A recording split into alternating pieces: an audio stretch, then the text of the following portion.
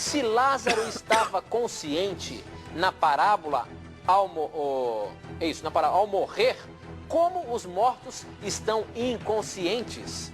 Se na história de Lázaro lá, Lázaro estava consciente quando Jesus chamou ele para sai para fora, por que os mortos hoje estão inconscientes? É isso mesmo, professor? Quer ver uma coisa? Nós temos que atentar para o seguinte. Lucas capítulo 16, 19 a 31, ali é um texto que nós chamamos de parábola. O que é uma parábola? É uma narração fictícia utilizada para nos ensinar uma lição moral. Em uma parábola é comum você personificar, dar vida aos personagens, para poder ensinar a lição moral que você quer transmitir.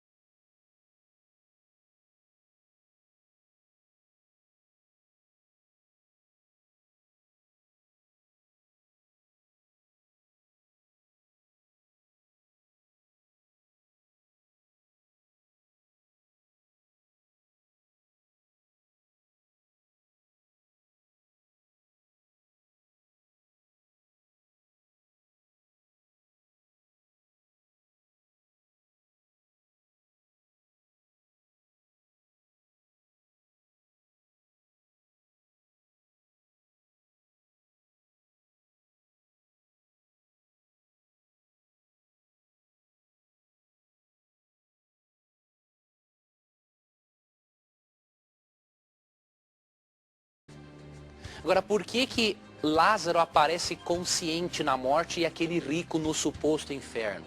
Pelo seguinte, havia uma história corrente entre os judeus de que os bons iriam para um lugar chamado seio de Abraão e os maus iriam para o inferno. Cristo pegou uma história judaica para ensinar uma lição moral a eles. E qual é a lição moral da parábola? A lição moral da parábola de Lucas 16 é o que está no verso 31, que diz assim: Abraão, porém, lhe respondeu: se não ouvem a Moisés e aos profetas, tampouco se deixarão persuadir, ainda que ressuscite alguém dentre os mortos. Cristo quis ensinar com esta parábola duas coisas. Primeiro, que não é o fato de uma pessoa ser rica ou pobre que vai determinar a salvação, a perdição dela. Tanto que ele colocou o rico no inferno e o pobre no céu, para poder inverter uma crença farisaica de que o rico e saudável era abençoado por Deus e que o pobre e doente era amaldiçoado por Deus. Então Cristo pega uma história deles e coloca os personagens em cenários diferentes. E a segunda lição é essa aqui do verso 31, não é? O rico que estava no inferno pediu para Abraão enviar alguém a avisar a família dele de que o inferno era ruim. Só que aí ele fala assim, não. Mesmo que alguém ressuscite dos mortos, para crer na lei de Moisés e nos profetas, ou seja, eles têm que aceitar sobre o Salvador Jesus. Então esse texto não está falando da consciência após a morte. Simplesmente na parábola Cristo personifica os personagens para dar vivacidade à história.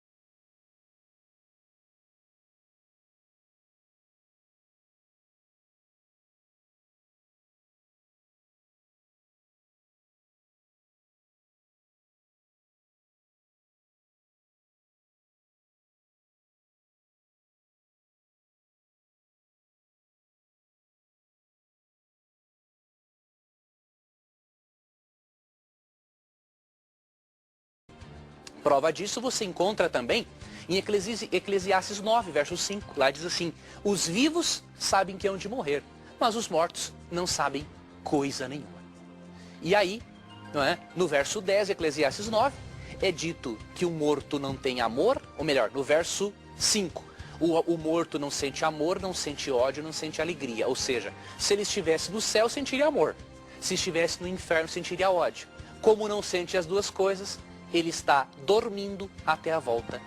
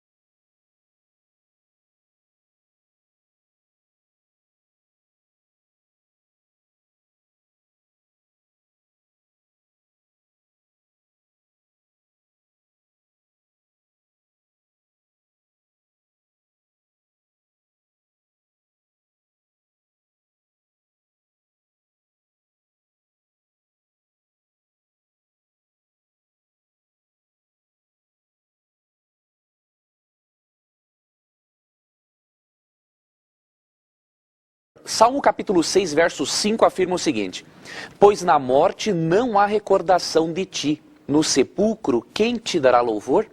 Aqui afirma que na morte não há recordação de Deus e que na sepultura ninguém pode louvar a Deus.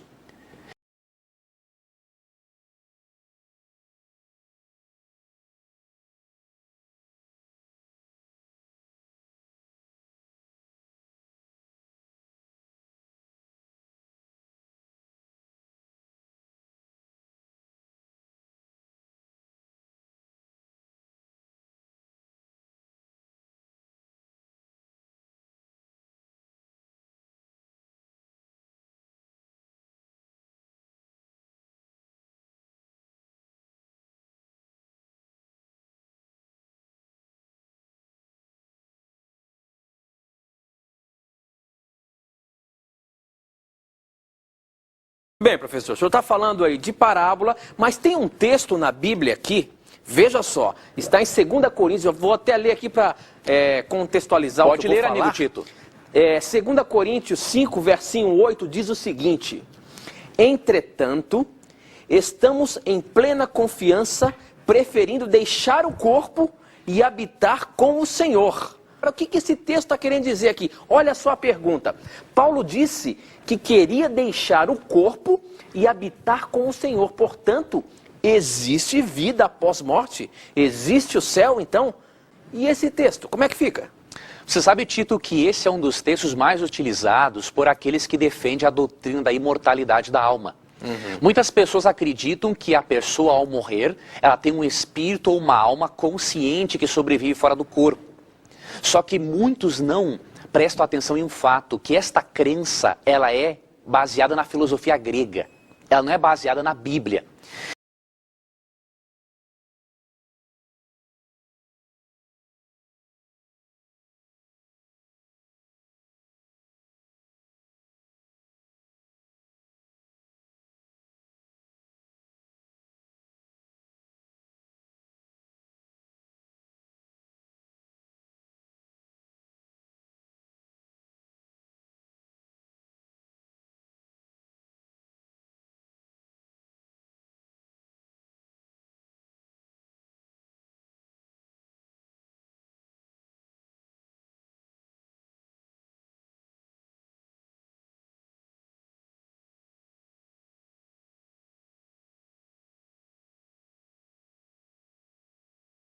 Por que algumas pessoas interpretam 2 Coríntios 5,8 como se referindo a uma partida de Paulo por ocasião da morte para ele ir para o céu?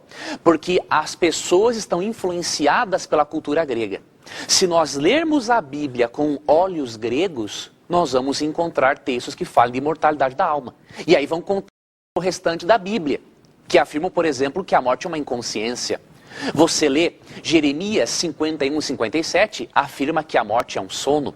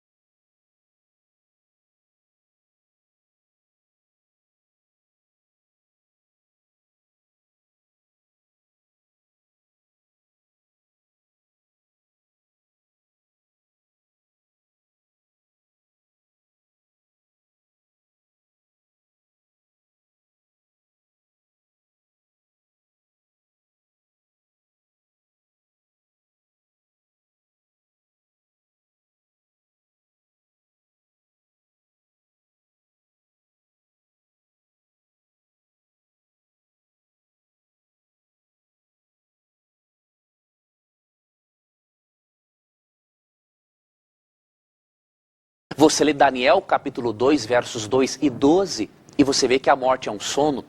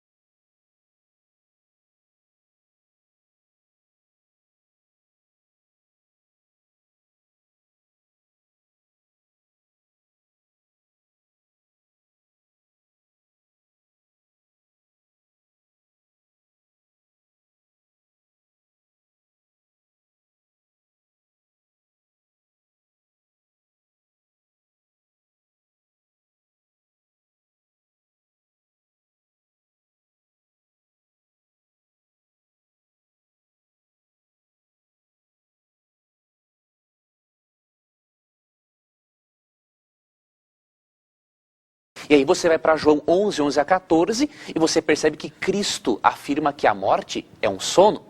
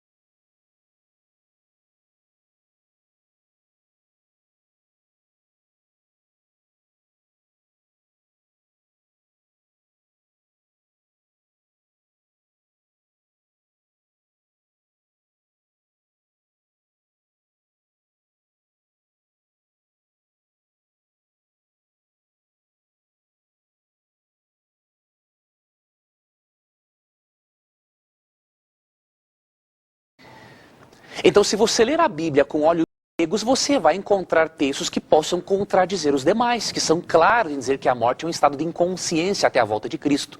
Mas se você ler a Bíblia, levando-se em conta outros textos da palavra de Deus que tratam do mesmo assunto, você não vai encontrar contradições. Por exemplo, como entendermos esse texto aqui que afirma que Paulo queria deixar o corpo e habitar com o Senhor? Nós temos que responder duas perguntas aqui. Em que momento Paulo iria deixar o corpo e quando ele ia habitar com o Senhor? Vamos analisar aqui. Nós temos que entender 2 Coríntios capítulo 5 a partir do versinho 1. E aí vai ficar claro o assunto. Afirma o seguinte: sabemos que se a nossa casa terrestre deste tabernáculo, ou seja, deste corpo, se desfizer, temos da parte de Deus um edifício, casa não feita por mãos, eterna nos céus. Esse edifício é o corpo glorificado.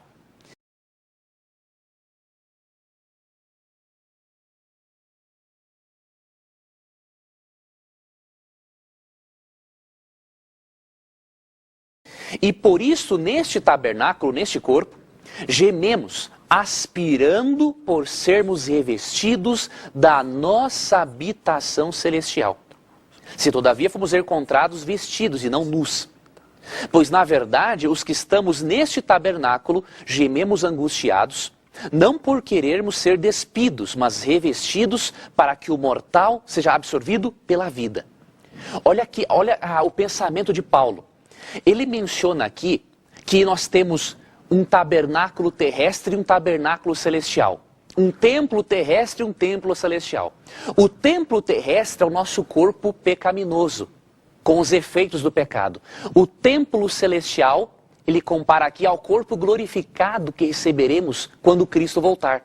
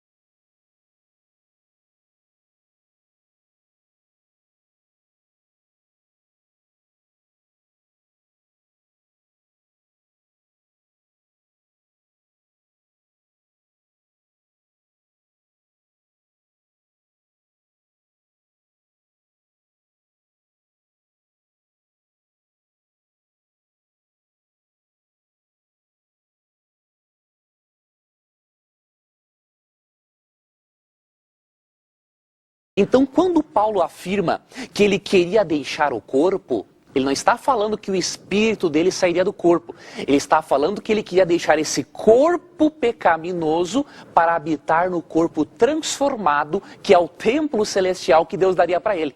Você percebe, quando lemos do versinho 1 ao 4, fica esclarecido o texto.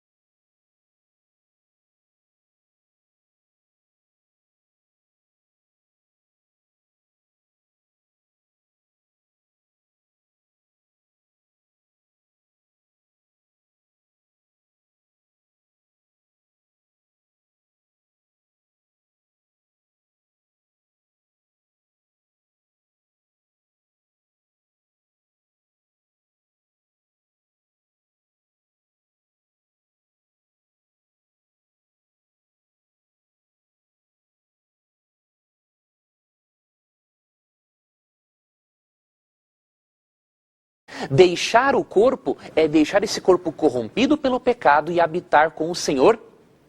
Em que momento? Vamos ler o que o próprio Paulo falou em 2 Timóteo 4, verso 8.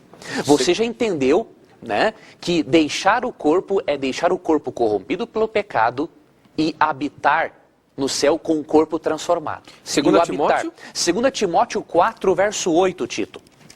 É um texto muito esclarecedor porque é do próprio Paulo. E vamos deixar que o próprio Paulo se esclareça, não é?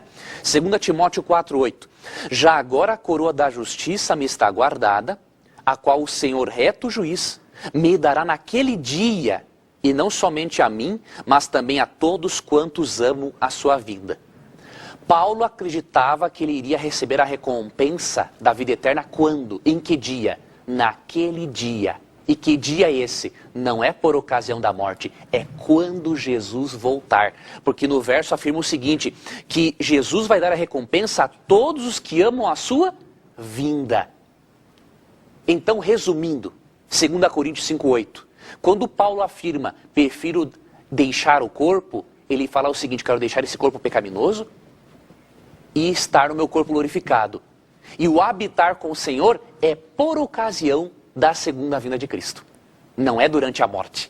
Porque o texto é muito claro em 2 Timóteo 4:8. Portanto, Paulo queria deixar o corpo pecaminoso e habitar com o Senhor no seu corpo glorificado quando Cristo voltasse. Esse é o ensinamento bíblico.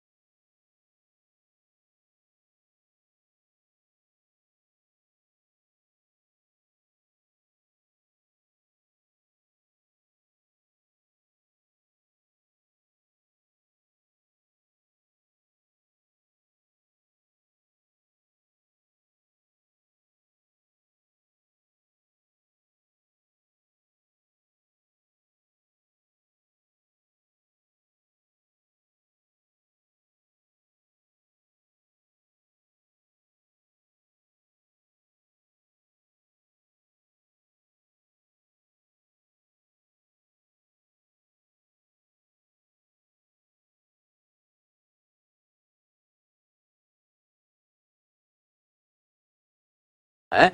E é importante você ter em conta também o que o apóstolo Paulo fala sobre o momento em que os justos receberão a recompensa. Tem um outro texto, 1 Tessalonicenses 4, 16 e 17. Paulo afirma aqui que a nossa recompensa nós receberemos não durante a morte, mas quando Jesus voltar. Ele afirma aqui, de forma bem clara, em 1 Tessalonicenses 4, 16 e 17, o seguinte: porquanto o Senhor mesmo, dado a sua palavra de ordem, ouvida a voz do arcanjo e ressoada a trombeta de Deus, descerá dos céus e os mortos em Cristo ressuscitarão primeiro. Quando que os mortos em Cristo ressuscitarão primeiro? Quando Cristo descer dos céus. E aí o verso 17, depois nós os vivos, os que ficarmos, seremos arrebatados juntamente com eles entre as nuvens, para o encontro do Senhor nos ares, e assim estaremos para sempre com o Senhor. Você percebeu a sequência dos eventos? Cristo desce do céu, os mortos são ressuscitados e os vivos transformados. Portanto, a recompensa que receberemos da vida eterna se dará no momento em que Cristo voltar pela segunda vez. Nós não podemos separar a doutrina da volta de Cristo da doutrina que estuda a natureza do ser humano.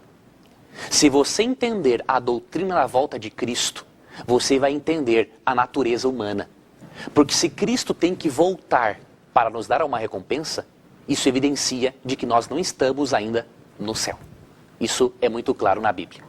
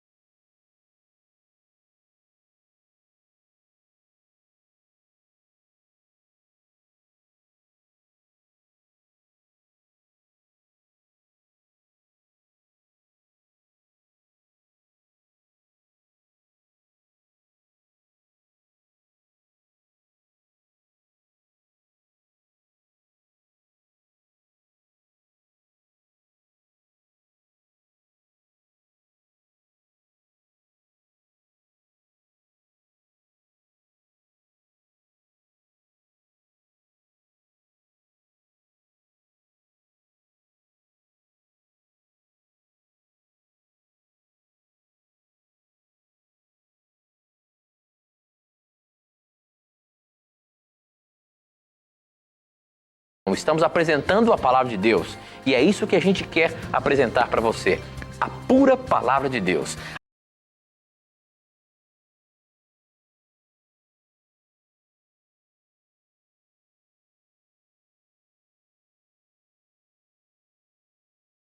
Lembre-se sempre, quando você tiver a coragem de perguntar à Bíblia, terá coragem de lhe responder.